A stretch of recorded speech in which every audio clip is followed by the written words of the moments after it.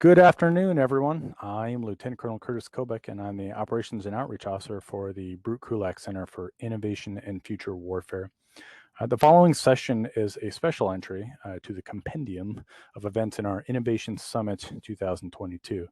As part of the summit, we've invited vendors from various technologies and capabilities to explore what's in the art of the possible for education, for training, and also for operations for the MCU students, faculty, and our network of listeners. The vendors that we invited that supported Innovation Summit are not specifically endorsed by the Marine Corps University, Department of Defense, or U.S. government, although some of them have relationships with other parts of these entities. Although the technical capabilities offered by our next speaker definitely stretch my normal cognitive ability, I recognize the potential for what More Cowbell Unlimited Incorporated could do to speed up decision making in various different domains, not just the one that he's been developing for Space Force. So it gives me great pleasure to introduce John Bicknell, the CEO and founder of More Cowbell Unlimited. All right, yeah, excellent, Curtis. Thank you so much. Glad to be here. So to start off with, John, since you have a tie that's near and dear to all of us, could you go ahead and explain your background a little bit, sir? Yeah, absolutely. And thanks again for having me. Looking forward to talking with y'all about this. So I'm a retired Marine. I was on active duty from 1990 to 2010. I was an adjutant, 0180, and had a great career as an adjutant. I, like a lot of officers, I went through the Naval Postgraduate School about halfway through my tenure, and I got a degree in manpower analysis, which has an extensive operations research package bolted onto the side of it. And so that education, with that education, I went to the Marsh Center, the headquarters of the Marine Corps Manpower, MNRA, and served in the enlisted planning section where I employed operations research techniques in order to manage the enlisted force for several years. Loved it. It was fantastic. But my last assignment was as the G1 for the Marine Expeditionary Brigade Afghanistan, or Task Force Leatherneck, from 2009 to 2010. And FYI, the MEB-A has a reunion coming up here in just a couple of weeks in mid-May. So all of the warriors from MEB-A with Lieutenant General Nicholson and Sergeant Major Hoopy and many others are going to be having our reunion, which was actually delayed by COVID. But anyway, that's a little bit about me. But I founded my firm, More Cowbell Unlimited, back in 2018. Quick backstory on the name. It's the More Cowbell is a reference to a Saturday Night Live skit with Will Ferrell and Christopher Walken and others that people would recognize, but it's one of those cultural touch points, and it really has nothing to do with my business. But I'm sure a lot of folks in our audience can appreciate that there are many times in life when you don't get to be the decider, but I got to. Starting my own business, I got to at least decide what the name was, so I chose More Cowbell. So anyway, that's just a little bit about me. Nice. No, it was fun actually. So I didn't realize that you and I actually turned over. So I was part of the Special Purpose MACTF Afghanistan. I was an LNO from Marine Corps Intelligence Activity out there as they were turning over with MEB-A, so expanding the footprint significantly. That was an interesting time out in Kandahar Air Base. Yeah. So you were there when Camp Bastion was the big game in town in the south, and then Camp Leatherneck started getting built by the MEB shortly after your departure. Much bigger, yes. It expanded dramatically, and then on my next iteration, we got to experience all that it had to offer. It was that's right. Pretty fun. Yeah. Okay. So if you wouldn't mind explaining how you see the world and kind of what your business does, it's pretty unique, and again, it stretches my ability to understand all the specifics, but I was smart enough to recognize that what it could offer is very significant, especially as we struggle with how to build and employ AI in support of operations. Right. Well, More Cowbell Unlimited is an artificial intelligence and data science cloud software firm. And one of the hallmarks of the software that we've developed is that it is explainable AI. So for you and the rest of the audience, Curtis, my hope at least is that I'm able to explain how it works. But that really is a major benefit these days as decision makers are, wanting AI to do all of this heavy lifting and to be able to serve up insights to enhance decision making, but to be able to follow the data through the algorithm to have some confidence as to how the algorithms actually came up with these various different outputs. So that's one of the major benefits of the AI that my firm has created. And so what we do is we model processes, and we use those process models to make predictions and then serve up insights for decision makers to take actions on those predictions. But we see the world as an ecosystem of processes which are emergent and continually interacting with one another. Our Space Force customer described it as decision science for complex and chaotic systems. So it's all about helping decision makers make better, faster, data-driven decisions. And so some of our projects that we've worked on have included looking at modeling critical events which are associated with hurricane landfall and civil unrest. We've looked at crop growth by extracting growth features from hyperspectral imagery. We've looked at social media ecosystems and have been able to elucidate bot logic from social media activity. And then we've even looked at whale behavior. There are some researchers from Oregon State University which generously gave us some data. So we're able to look at whale diving and foraging behavior as a process, and being able to see differences in whale behavior during different periods of solar activity. So when there's a lot of like solar wind and proton storms and coronal mass ejections, the whale behavior was actually different during those periods of activity. So anyway, so during the rest of our talk here, I'm wanting to describe in a little bit more detail how we're prototyping these technologies and entropy measures with the U.S. Space Force, and how I think that this technique can be applied in other warfighting domains throughout the competition continuum. So it's all about capitalizing on fleeting opportunities at the strategic, operational, and tactical levels to increase the enemy's costs or reduce our costs of operations.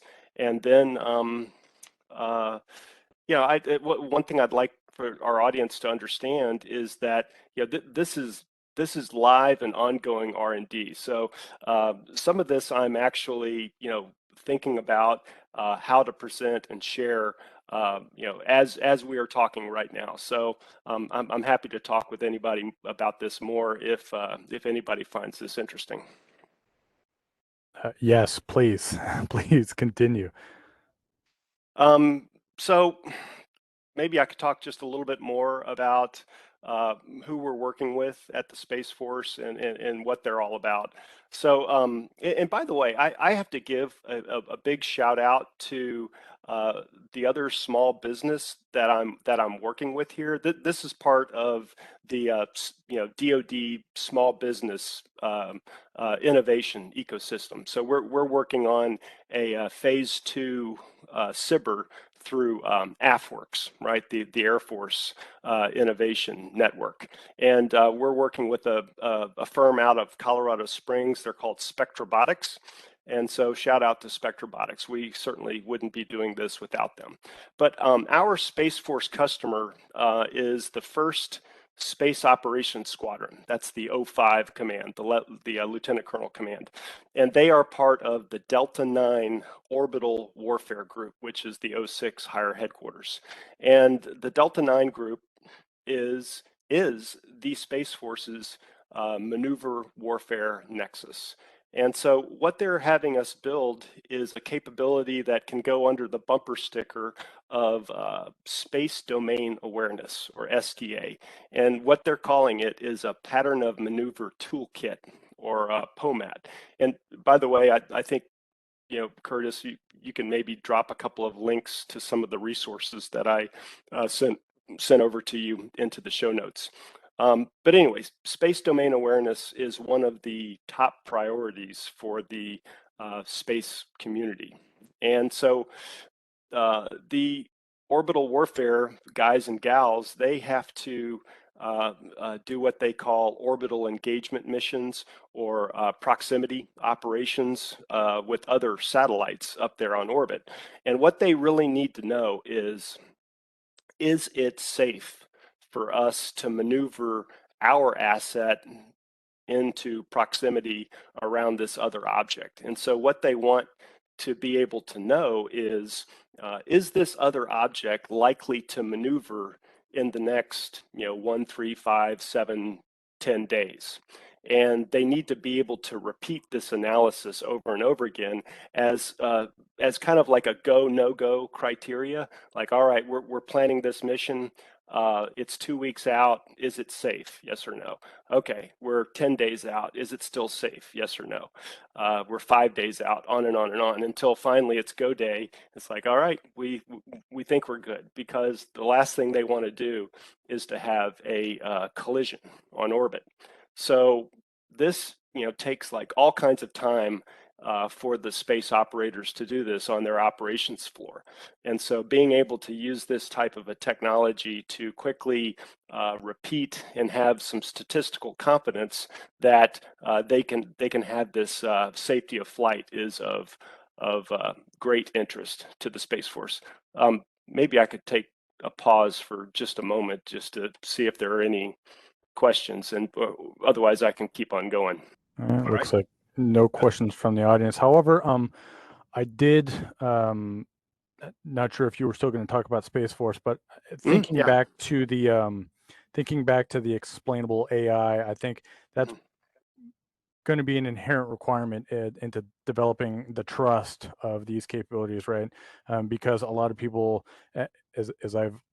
what little I know of AI, is that people are very frightened of just the black box where data goes in and then decisions come out, but people, especially if they're outside of the normal, people have no idea how it got to that conclusion, because it's far outside of what a normal human would have come up with.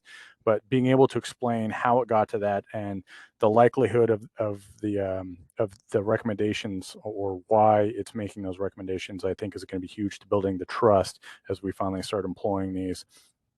Right. And that, I think, gets to, if we're going to employ these to speed up our OODA loop, right, as we make decisions faster and more intelligent, to have faster impacts against our adversary, right, to either achieve our goals or negatively impact their actions. I think that's going to be huge. Can you talk a little bit more about kind of how this could enable maneuver warfare? Yeah, sure. Back to that explainable AI portion. Yeah, that was a critical component of why the Space Force wanted to develop this further, is because they're operators on the space floor.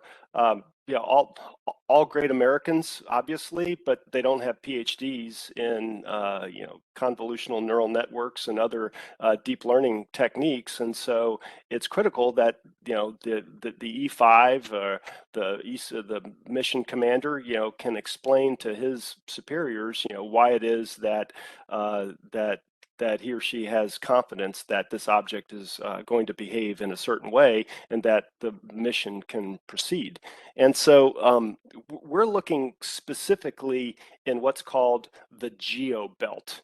And so, you know, I'm a retired Marine. I did not obla space operations when I was on active duty. So I've gotten a crash course in the space domain and Keplerian laws of motion and all this different stuff. It's been a fascinating project. It really has. But just a quick 101 for those who might not be as familiar, but there are various different portions of the space ecosystem. There's low Earth orbit, or LEO, medium Earth orbit, and GEO. And so GEO is the geosynchronous belt. And then you go on beyond that as well into the cislunar region, which is a very hot topic.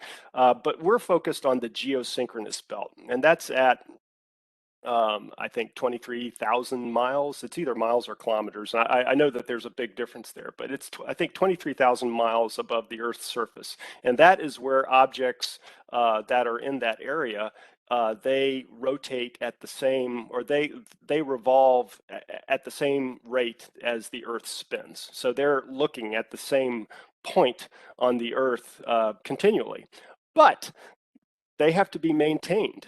It's not just like, put them up there, get them into place, and everything's hunky-dory.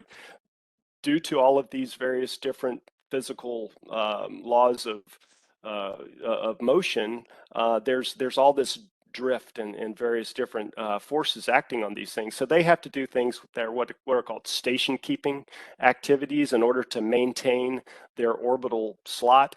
But then there's other things that they can do up there to change their eccentricity or to change their inclination or their altitude and all these different things. All of these activities are of interest to the Space Force to be able to track so that they can get ahead of and stay ahead of bad guys' activities up there. So the majority of our project has been to identify these various different process activities and to label what the objects are doing up there.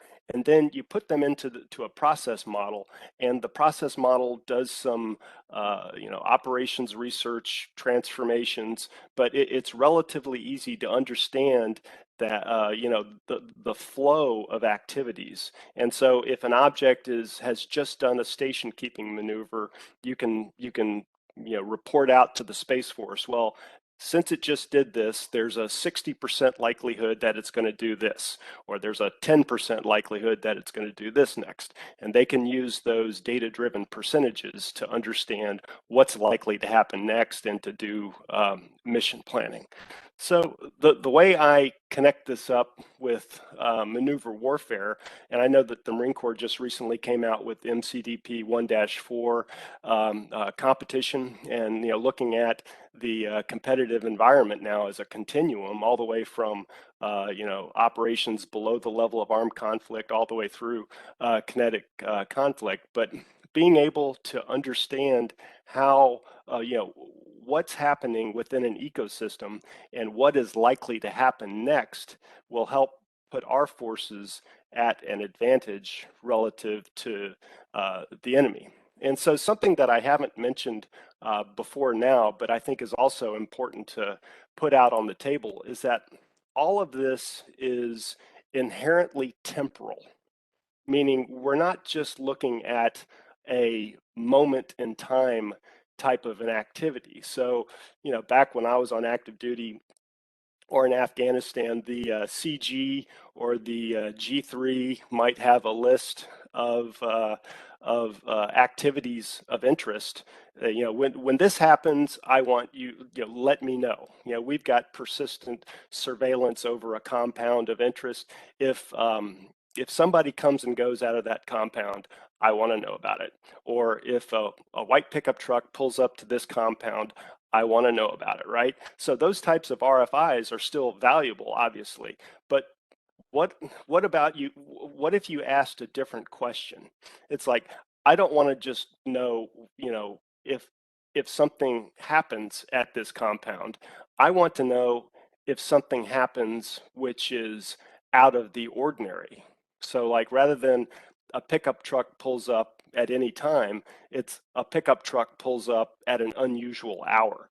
And in order to answer those kinds of questions, you have to have, what's called like a pattern of life, or you have to, be able to understand, what is typical or what is status quo. And if something happens outside of typical or status quo, then I want to know about it. And so that, there's all kinds of exquisite ISR capabilities which are coming online now, which enable those kinds of follow-on activities. So rather than just looking at a compound, you're looking at an entire grid square or even an entire like urban landscape, and you're hoovering up all this data constantly.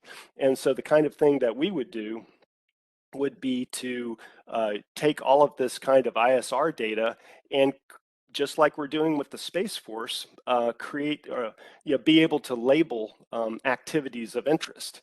So the activities of interest, they're myriad for an urban landscape, but you can look at troop deployments, patrols, artillery, or various different ordnance going off, or identifying when troops are in contact, differentials in like communications, SIGINT, RF. You can even look at social media data and bring that kind of stuff into these analyses as well. But all of these could be considered like process activities over an area of interest, and use that as a way of identifying what is currently happening and then what is likely to happen next. And so there was a really cool paper that John Boyd wrote. John Boyd of OODA Loop fame wrote, I think it was back in 1976, but it was called Destruction and Creation. And Boyd synthesized a whole bunch of interesting concepts to figure out how we can use analyses of in a combat environment or any kind of an environment to improve our capability for independent action, was what he said. And so he included things like Gödel's theorem and the Heisenberg uncertainty principle and the second law of thermodynamics, and kind of fused all of those things together. And so the one that I kind of grabbed onto was the second law of thermodynamics. And there's a concept embedded in there, which is known as entropy. And so Boyd talks about entropy as the potential for doing work, or the capacity for taking action. And high entropy implies a low potential for being able to do work, or a low capacity for taking action, whereas low entropy implies just the opposite. So when an ecosystem's entropy is increasing, that implies that there is potentially a higher degree of confusion or disorder within the ecosystem. And so it's those moments that I think are especially interesting for the entire joint force. Frankly, the Space Force and all the rest of the operators, when entropy is increasing, those are opportunities to do clever things to the competition continuum in order to confuse the adversary further, or potentially either like inducing additional chaos and out OODA looping the adversary. So that's where we're going, and that is in a nutshell what we're doing with the Space Force currently. That is exciting. And as you alluded, I think there's so many more applications to that level of analysis, right? What has taken teams of Marines and service members to collect based off the sensors available, and then digest, try and find those needles in the haystack, has gotten harder and harder with more exquisite sensors, more data out there across the electromagnetic spectrum, and as you said, even social media. And we recognize that that's getting more and more challenging. The process is the only way that we're going to be able to digest all of that and make sense in a timely fashion is, I think, the direction or the solution that you're working on. So Yeah. I'm excited to see that that work is being done, because I think, as we said up front, I think there's a lot of application beyond just what you're doing for the Space Force. Right. Do you think maybe I could just mention a couple of use cases Yeah, that to maybe help connect this up to certainly. things that might be of interest to different audience members? But so not only do I think you could like capitalize on fleeting opportunities, but use this to identify transition periods within operations. Uh, again, identifying moments where additional information overwhelm can be injected into the operation, which would, at a minimum, cause friction for the enemy, or confuse and overwhelm the enemy. But I think it could also be used to provide intelligence, which would otherwise, or to help corroborate intelligence, like over an operating area. We might not be certain, what the enemy unit size is, but by monitoring the ecosystem and having these entropy measures, you could start making inferences about, what is the size of the enemy over this geography. So is it a company size, battalion size, etc., which is another way of feeding information into, the higher headquarters decision calculus. I think that you can use it for red teaming purposes in order to assess, your own activities, to identify, where there are potentially weak points in the way that you operated. So out at 29 Palms, being able to deploy this kind of stuff, and if you're able to um, uh, derive entropy measures and understand activities, let's say external to the people involved. So just looking at information that can be derived from ISR, but then combining that information with sensors that are like hooked into the, I'm not totally sure what the various different terms are these days, but into the smart marine. If there are sensors, put on the individual Marines to measure like heart rate or stress, or haptic suits that are collecting information. If you're to combine those things together, you can glean some additional intelligence about when we see these kinds of external entropy measures, and comparing them to the actual capabilities or the stress loads of people on the ground. You can get some ideas as to how to make inferences about what is likely happening to enemy personnel during those same kinds of periods. And then also, being able to start getting at cognitive insights and relating those to the entropy measures as well. And then finally, being able to understand like stimulus response um, um, dynamics. So like if we put this stuff out into the information environment, or we have this feint over here, how does the ecosystem tend to react to those things? And you can use entropy changes to understand better what is likely to happen from a stimulus response. So Space Force is interested in all that kind of stuff. So yeah, so can can be applied throughout the joint force, like I said. So that's where all this is heading. Nice. That's great. Thank you. The Marine Corps is headed in that direction, but I think, given budget constraints and the speed at which we acquire new technologies, and by that I mean lack of, uh, I'm hoping that introducing some of these capabilities and exposing what other joint capabilities are developing, maybe at a faster rate, that we can hopefully exploit their success, will help the Marine Corps As you were talking, one of the things that really popped out to me, your discussion of deception, Mm-hmm. right? So the ability to make decisions in order to deceive, right, without necessarily having to plan them. But if you have an overall end state that you want to, if you have a technology that can make recommendations because there is a point in the system where it's more opportune for you to do things that would throw off the adversary sensing system, I think is it's an important piece of the stand-in force and the expeditionary uh, advanced basing operations, Yeah. right? The family of capabilities.